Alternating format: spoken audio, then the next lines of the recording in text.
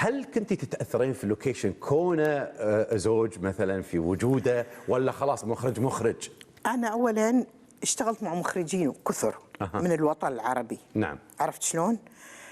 فيصل اشتغل لي يمكن أعمال مو شوية يعني. نعم. لكن تصدق أحس إني شلون تطافت هذيل الأعمال، ما أدري شلون. شلون ليش؟ طافت على أعصابي. ليش؟ إي مرات وايد، لأنه هو بحكم إنه زوجي والمسيطر.